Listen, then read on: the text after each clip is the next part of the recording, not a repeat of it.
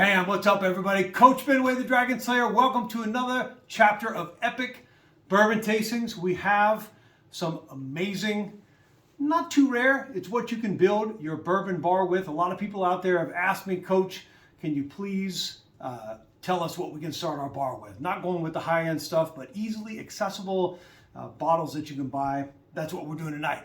My co-host tonight, let me tell you, in this day and age, there's nobody else I want leading me into battle. Happens to be my boss, but also a very good friend of mine, superintendent at Lassen High School, also the acting principal. Please welcome Morgan Nugent in the house. Hey, Ben. How are you doing, my man? Doing great, man. Doing great. Thanks for having me tonight. Absolutely. So we started, before we get into this, we started tasting bourbon. What was it, about a year and a half ago? Probably so, about that time frame, yeah. We started exploring. That was about the time that my bourbon bar was really exploding. It really was. I mean, you have some great stuff there on it, and I'm a new guy to it, so it worked out pretty well. I was like, okay, walk into that store, look at this giant shelf of all the different type of bourbons. I think this is what kind of makes tonight kind of fun, is like, these are a lot of the bottles that we started out with. These are the ones we take a look at. Which ones are the ones you're worth your money? Which ones are those ones you want to savor? And really just taste that bourbon and embrace it. Yeah. The thing I really like about you and bourbon is that as soon as you started tasting and you started exploring on your own, so now you'll show me a picture and you say, I'm looking at this one. You're always looking at different websites. What can we get out there that's accessible or maybe a little bit rare? And tonight we were talking about, just before we started to record, we were talking about doing a Japanese tasting. Really looking forward to it. There's a lot of good ones over there. I had a chance to spend about 3 years over there in Japan and 7 in Korea, so the Asia whiskeys and bourbons and stuff like that is something that's kind of cool to me, and look forward to having a chance to try that down the road and share some of the good bourbons from overseas. Yeah, it's good. You know, Japanese whiskey is starting to take off. Nothing has taken off quite like bourbon. Scotch about 10, 12 years ago was on the same par price-wise as bourbon. Supply and demand, distilleries die off in the bourbon world, and now all of a sudden they've exploded and they're 10 times what Scotch is. I think Japanese whiskey is something that's going to explode in the next few years. Definitely on that one there. Same thing as they're working at the situation and trying to find the best places here in the States to go ahead and make bourbon. They've been doing the same thing, and they're starting to get dialed in. Yeah, they are. Sophisticated like the Japanese. And so you know what, dude? We need to start buying some bottles before they go through the roof. So, a little investment plan. Exactly. Okay, so we're going to start with this one. This is Nulu. This is single barrel. This is an Office Veil. If you're a fan of The Office, you can see the special release on the back there. Office Veil, Nulu single barrel pick from our friends over there at Keg and Bottle. I've talked about them quite a bit. They have anything known to mankind to sell. Anyway, so this is not just the regular Nulu. It is the single barrel. It is 56.41 proof. It has been aged for 5 years. This is a company that I might be selecting to do my Dragonslayer release. I've talked to Nulu. Cool. We're talking to Whistle Pig, a bunch of different ones. But some of the toasted barrel that Nulu is releasing, I think they're about 6 years old as a company. They've got some good stuff that's coming on out there. Good to know. Nulu, straight bourbon whiskey. Cheers. Here we go. Cheers, sir.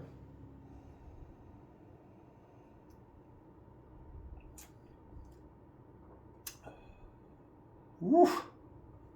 That's got a little kick to it. I tell you that most of the bourbons up here are complex, robust. Not a lot of fire. I know a lot of people out there in the beer world like the IPAs. I don't like that. I like things to be complex, robust, smooth, but this has definitely got a lot of heat to it. It does. It's got that little, almost like a cayenne pepper Ooh, pop to it. I like that. I like that. But I'm going to put just a little teaspoon of water in mine to see if it opens up the flavors. Remember, sometimes you put a teaspoon in and it ruins it. Sometimes you put a teaspoon in and it actually opens up the palate and you can taste more than you would normally taste. Interestingly enough, I cannot taste a nose.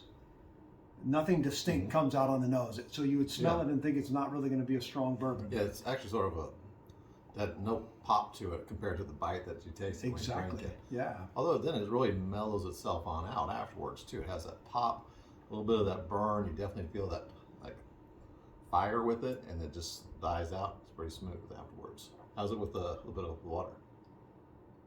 Well, now I want to go back and try it. I now want to go out back and try it because you said it was like fire, but then it subsides. I like the water. It's not as complex. Yes. I don't, sometimes the water opens it up. I would not say that you can taste more flavors. I think you taste less flavors. You taste less heat. Maybe a little bit more drinkable. Mm-hmm. It's definitely a lot lighter on that one there. It doesn't have the same pop as the first bit. It's straight. Yeah, I feel so without the water, it came in like a freight train. It actually took me by surprise because there wasn't a nose. And even though I've had it before, I must have had it either with a different tasting or a different pairing, but it came in like a freight train. And then, like you said, it kind of died off, and then we rode the burn a little bit. It wasn't unpleasant. I think it just took me by, I think if I did it again, maybe closer to the cask strength, I think I would have a different impression. Agreed. It's almost, even afterwards too, just tastes almost like a toffee.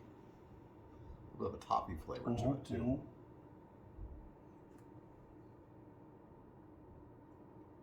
Remember, as you're drinking it at home, accessible. Nulu is accessible, but as you're drinking it, you taste it, you chew it, hold it on the side of your tongue. All these are going to give you different representations of the flavors that bourbon has.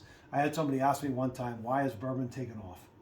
And I used to be a single barrel bourbon guy and a single malt scotch. But I feel that the more that I develop a relationship, it's like with anything, with women, the more you develop a relationship and the subtleties you begin to pick up on, I feel like bourbon, there's more to it.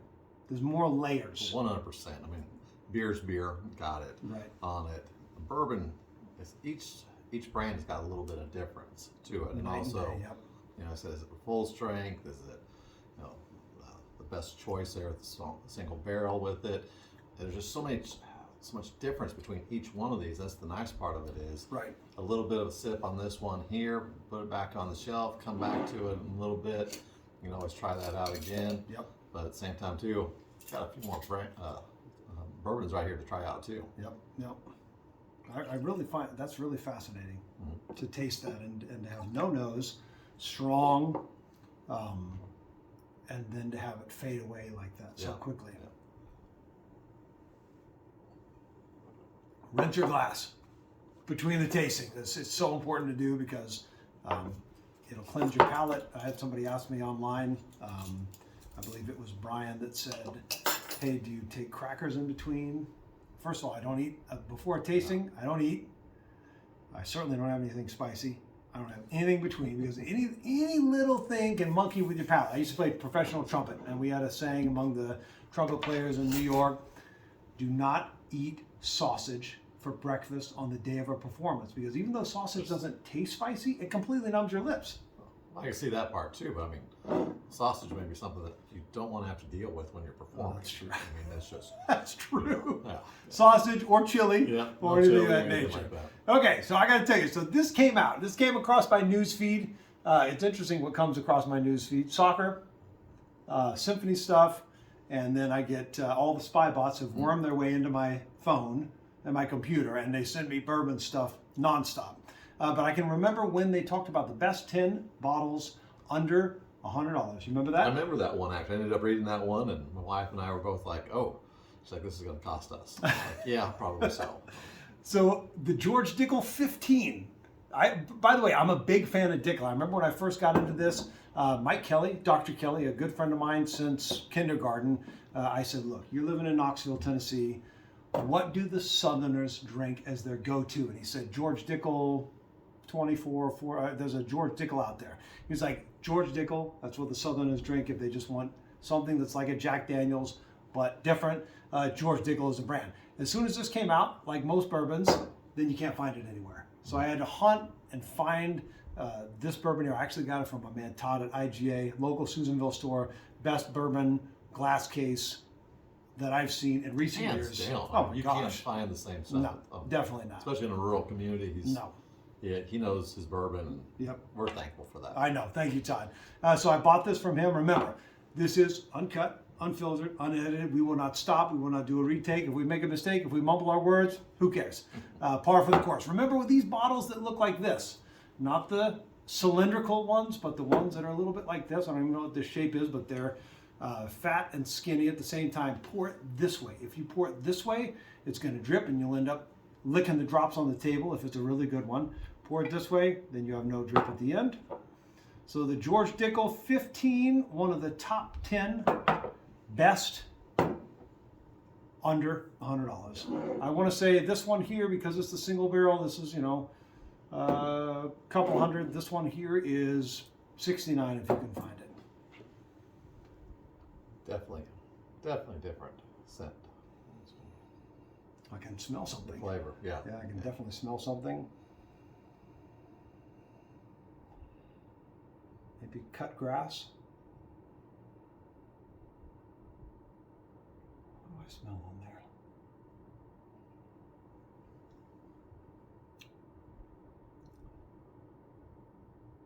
Definitely a completely different one than the last on it. I haven't figured out the flavor yet, to be honest with you. It's smooth. It is smooth. On it. I mean, I taste sour mash, right? You can taste it's sour. It's actually, it's probably one of the least sweet bourbons that I've ever tasted. Definitely 100% agreement with you. It's that I don't know. It's not, there's not really that caramel, vanilla that you taste in some of the other ones. It's and I can smell it too. It's the smell and the taste, but I can't quite place it.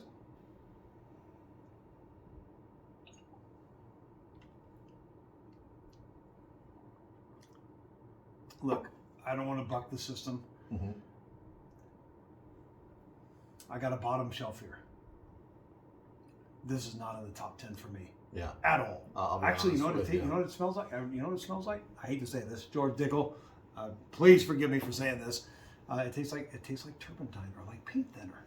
I could see that to a certain extent. I mean, it's that situation where definitely, I mean, even with my collection, I'd have 10 other ones on that bottom shelf before that one.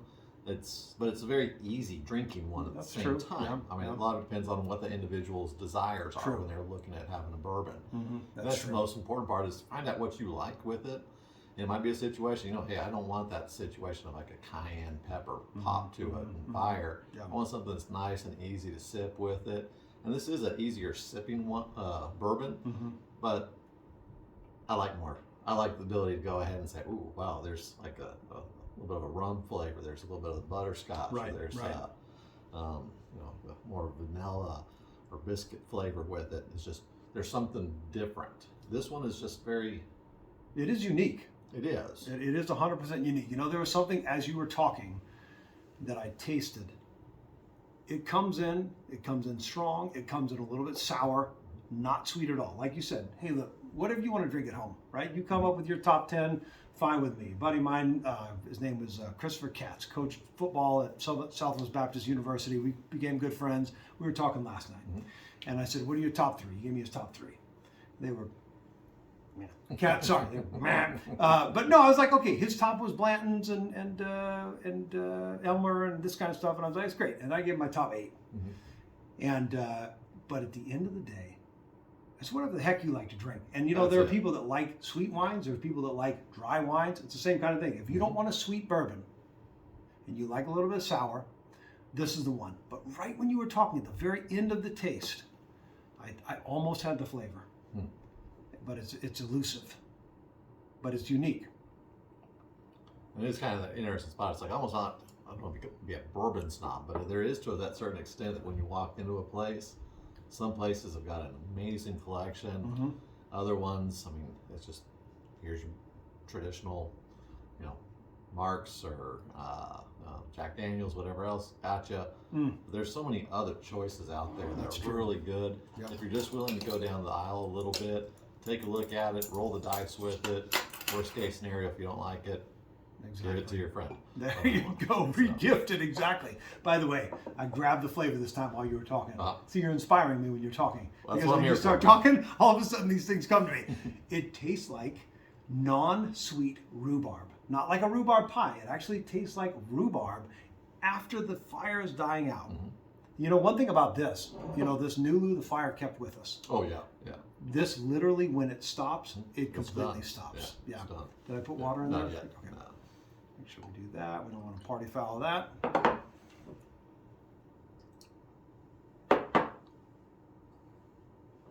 Okay, I will tell you this. Inside scoop, you guys probably know it. McKenna, 10-year, bottle and bond. They are not making this anymore. This is being discontinued. I'm not sure if the distillery is dying out. This was highly recommended 10 years ago. It's recommended now. But this right here will be a rare bottle. If you see this on the shelves, you need to go buy it. It's aged 10 years. It's bottled in bond, which means that it has to meet a certain standard. It has to be no more than 100 proof, no less than 100 proof. Every bottled in bond, which we should do a tasting, bottled in bond. This was barreled 3/5/2010. Barrel number 8,188, but it is 100 proof. It is single barrel. Single barrel, 10-year, Henry McKenna. You can find it, 89, 99. I highly recommend that you buy it simply for the fact that 10 years ago, Pappy Van Winkle, $125, $150 on the shelf. Family died out. Stitzel-Weller the family died out, and now Pappy Van Winkle is a unicorn. I'm not saying that this is like to Pappy Van Winkle 23, but when things are going to be discontinued, supply and demand, that's how the world works. Well worth the risk. Yep. On that one there. Yep. So I haven't had this one yet. Looking forward to it. Good. It's one of those things you always dread of seeing good bourbon distilleries shutting on down. Yep. We have a lot of other ones popping up in different places. There's the one down in Las Vegas, I heard as well too, which I would never imagine be one of those locations for bourbon. But yeah, it's even like I said, Metallica has got their own bourbon as well, which is kind of interesting. There's we'll touch upon that one a little bit later, but they use the music of their songs to shake the barrel. And You're kidding me. Oh yeah. Well, how did I not know this? I need to bring one next time. I got one of those bottles for you. What? We'll try that out another time. So yeah, I got Wow. Metallica, a little back in black action with the bourbon. The name of the bottle or the bourbon is actually blackened. Excellent with it. See, you learn something new every day. If you turn into Epic Bourbon Tastings, if you tune into Epic Bourbon Tastings, I guarantee you're going to learn multiple things. I didn't even know that. You didn't know that, man? No, I haven't shared that with you. No, I I feel cannot. bad now. I can't believe So- I didn't know that. No. You're showing me up, which I like. I like to my learn purpose new in life, things. man. Man. I didn't think there was anything in bourbon I needed to learn again. Metallica's doing something, and they use the vibrations. Yeah. So like the Jefferson Voyage, which we'll talk about here in just a little bit. Yep. But the Metallica uses their vibrations. It's got tons of speakers and are blasting it, and not a bad bourbon. Wow. Oh, wow. I stress the importance of exponential combinations with your bourbon bar. I don't care if you have 4 bourbons. I don't care if you have 8 bourbons. Doing different tastings with different lineups. I had this, as you can tell, I had this a month ago when I bought it. I lined it up with some others, and I didn't rate it very highly.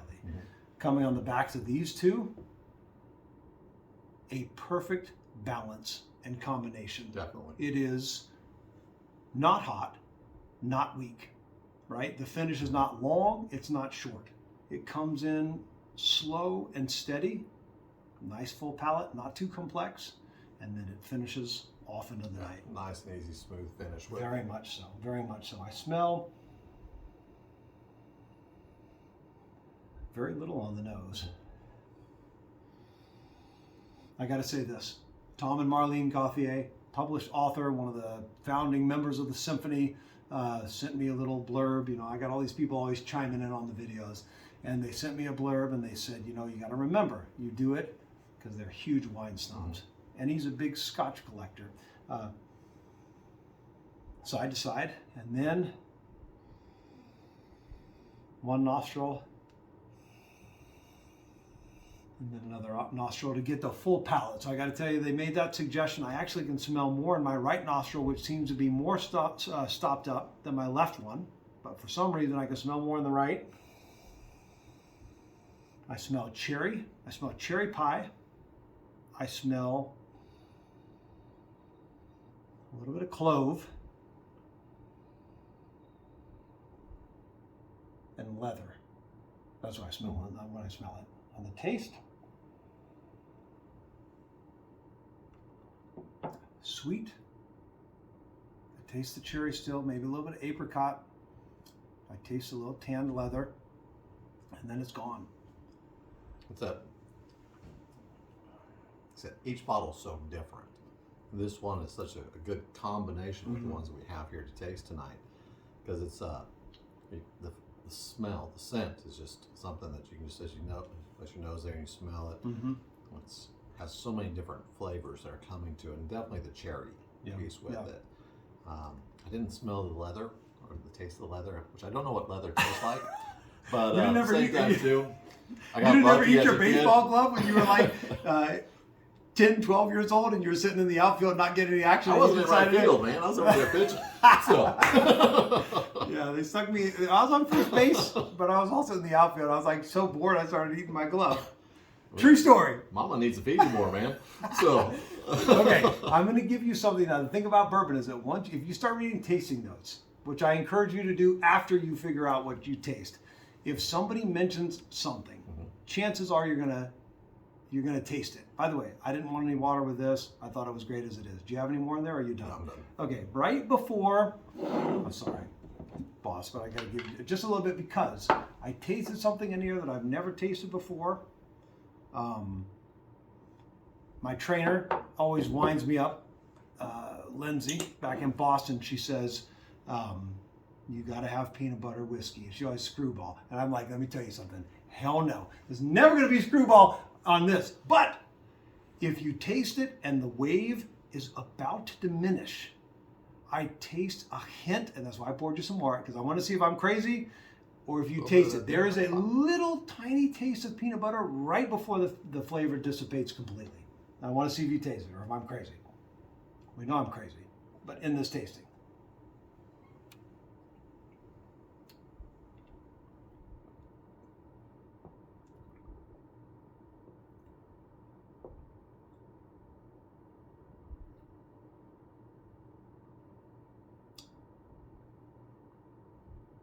Am I crazy? I think you are. I'll be honest with you. I'm not tasting the peanut butter myself with it. And as a guy who has drank some of the peanut butter bourbon out there with it, that's it. Get out. There's the door. It's an easy thing at the bar when there's no other good choices with it. All right. But the same part too, if I got my choice between these here or anything else or peanut butter bourbon, don't worry about that. Oh my God. So, but I'm not tasting it. But at the same time too, it's almost like a little bit of a licorice flavor for me that I got on it. Good. Everybody tastes something different. There's no right or wrong answer. Same time too, I had COVID a couple weeks ago, so who knows what. So maybe it's the impact on that one. It's interesting that you didn't taste it, and I poured you an extra glass. A quick funny story about peanut butter, about screwball. So we gave the Christmas concert a month ago.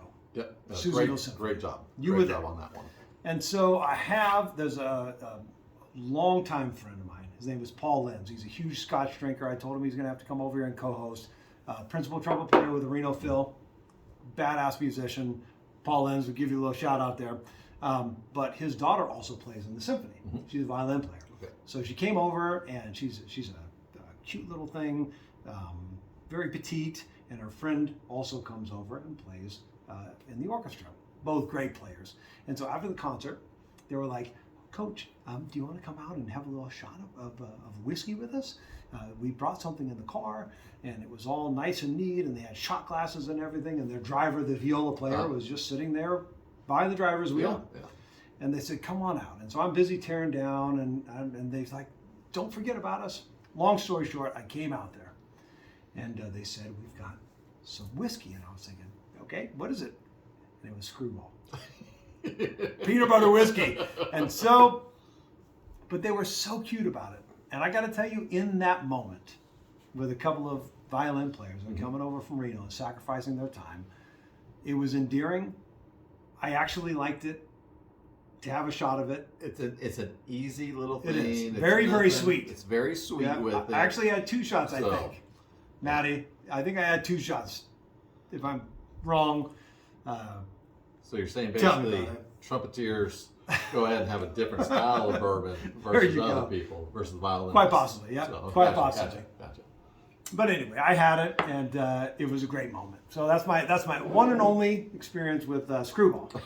Okay, so right here, I'm going to tell you. Ooh, look, I forgot. If you look here, the master distiller has signed this for the Dragonslayer. Ooh, do you see the clouds? I do. That's cool. That's okay, cool. so I'm going to tell you what. Go out there and buy every single bottle of Jefferson's Ocean Voyage that is released. Yep. Period, paragraphed. It's funny because 3 years ago, before bourbon really went crazy, I was over at Ben's Liquor in Reno, and I looked in their glass case, and they had Voyage. Where is that Voyage 14? Right over there is 14. Oh, I think, isn't it? Thank you, sir. So they had this. You can even see it. It says, "Whoa!" It says, "It says Ben's." Boy, it's pulling down. Okay, so it says Ben's Liquor on there, and I just took a chance. Ocean's Voyage. What they do is they put these barrels on these boats, but they're like scientific research vessels. You can see it there, and they take them all over the place. And so 14 is one of the most unusual. If you have a bottle of 14 Jeffersons, and by the way, if it's opened, I can tell if it's something else. I want to buy it from you. I don't care if it's half, whatever. I'll buy it. It's the only bourbon I've ever had that comes in waves, and then comes in with a second wave. Yeah. It's unbelievable. Amazing one. And that was one of the So first ones I actually started out with. Exactly. I think it was the 17 or 18 Yep. one. And those great. Still, the 14, hands down, one of the best ones. But the same part too, because basically what happens, load up all these barrels, float them out there, temperature of the ocean, the waves, and if you go through the hurricanes or cyclones, they travel basically, they go through the Panama Canal, hit the Caribbean, circle back, drop down sometimes down into Australia, New Zealand, and then all the way back up along the coast of Japan, up into Alaska, and then back down to the distillery there. I think it's in Savannah, if I'm correct. Okay. And basically what they end up doing is the sloshing back and forth brings out some different flavors with it. And we're gonna have to wait a little bit. But as you guys know, 2019 was an interesting year. So basically 7 or 8 years, it sits in there in the cask, then it goes for a little cruise, comes out, bottled it. So I think personally myself, I'm really looking forward to 2027, 28 time frame. I think those are going to be amazing bottles with it, and I'm looking forward to buying as many as I can because let's be realistic, 2020 has been an interesting time. Yep. COVID, everything else, but we also had so many hurricanes in the 2019 season too. So I think it should be a really good year with it too. So maybe I'll be wrong. Who knows? But you've told me that for a while, and when you first said it, it made me want to go out there and buy the whole barrel. Yep. And it's going to be about Voyage 30. If we're on 21 now, it's what, 7 years? No, it'll be about 28, 27, 28, something like that. So anyway, I will tell you right now, when you see the release, this is 23. The first one that I bought was 14. Go get it. definitely. It's so good. And this right here, you can pick this up for less than $100. It's so good. Yeah. Maybe not signed by the master distiller. That was a Dragonslayer special. Oh, this is 21. I thought this was 23. This is 21. 23 is out now. 21 is what the distillery sent me because I missed a tasting there because of COVID. I had a symphony concert last year and I didn't want to botch it, so I ended up not going to a private tasting. My apologies again. So this is a 21. It is cask strength. Anytime you see cask strength or full proof, that means that they do not cut it, they do not filter it. It's basically straight out of the barrel. They get rid of the wood chips and that kind of stuff, but it's basically uncut, and it's going to be stronger. It's going to be more robust, I would imagine. Boss, we're going to have to put a little bit of water in here. Okay. And we've had this. I think we've shared this before, right? I haven't had this one. You haven't? The 21 yet. Okay. So, but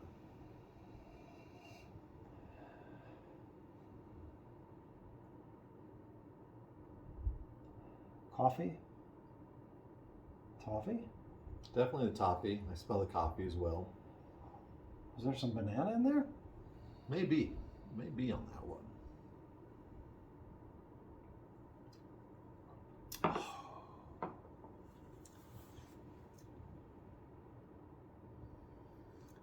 dates, apricot on the back end of Oh, it. easily. Ooh. Yeah. I got to tell you, maybe a taste of rum. It hasn't been finished in rum barrels. Here's what we have on this. Oh, it's so good. Well, you can feel that little pop right there too. I think that's the thing that makes the Jeffersons such a great bottle is that you taste it and then there's that wave of just like boom hits you, and then it just sort of draws back. Yeah. And after the 12, waiting for that second wave to hit. I'm not feeling that second wave yet. No. But still a great bottle. Yeah, I think that's unique to that one. I feel that it comes in full, complex, robust, and then it just dies out. Yeah. Very smooth, but wow. Actually, for a cask strength, I don't want any water with this. I thought I don't think I want to no. either, to be Now, honest with you. back here, there's another one, Booker's, that is cask strength. It's high proof. And I cannot drink it without water. And sometimes I actually have it with a cube of ice. Most times when you come across cask strength, you have to cut it with something. The proof on this is, it's 112 proof. So it's one of the stoutest. Remember, this is 100. This was, what does that say on there? I can't even read it. Isn't it a horrible thing? My eyes are completely gone. Yeah. Well, we can only, oh, there it is right there. This one is, ooh, that's only 48. That's only 48 or 42%. That's low, and that was like the strongest. Yeah. And this one is 56, so that's 112. Yeah. So this one here, no water. I want to experience the full power and nuance of what the Voyage has to offer. Still got a little bit of that on my tongue, on the sides of my tongue. I can still feel a little bit of the tingle with it, and I almost have that, like I said, that apricot flavor with it. It's not an apricot jam, but it's just there's that little bit of that fish with it. It's, I really good. I still taste a little bit of banana. Okay, so at the end of these tastings, we put them from start to finish, from your left, my right, the one that is the lowest on the totem pole, and then we rank them on up. I'm going to do mine, and then I want you to do yours, Morgan, on what you would do for the ratings. I would say for me,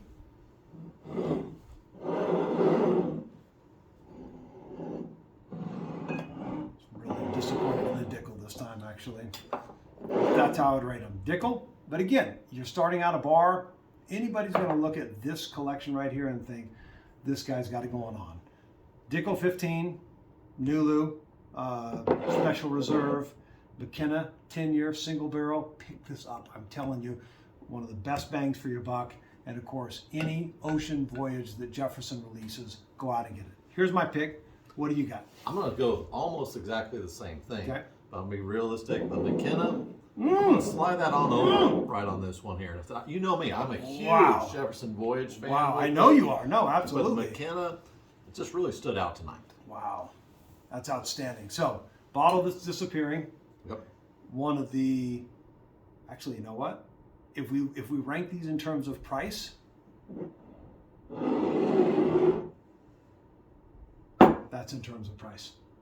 And I love it when we can do this. That is pretty cool. I'm not a bourbon snob that says, oh, because John Wick drinks this, I'm going to have it. And because, which he drinks Blanton's, and because whoever it is drinks this, I'm going to have this. I don't care. I don't care about the price. In fact, I look for times like this when we can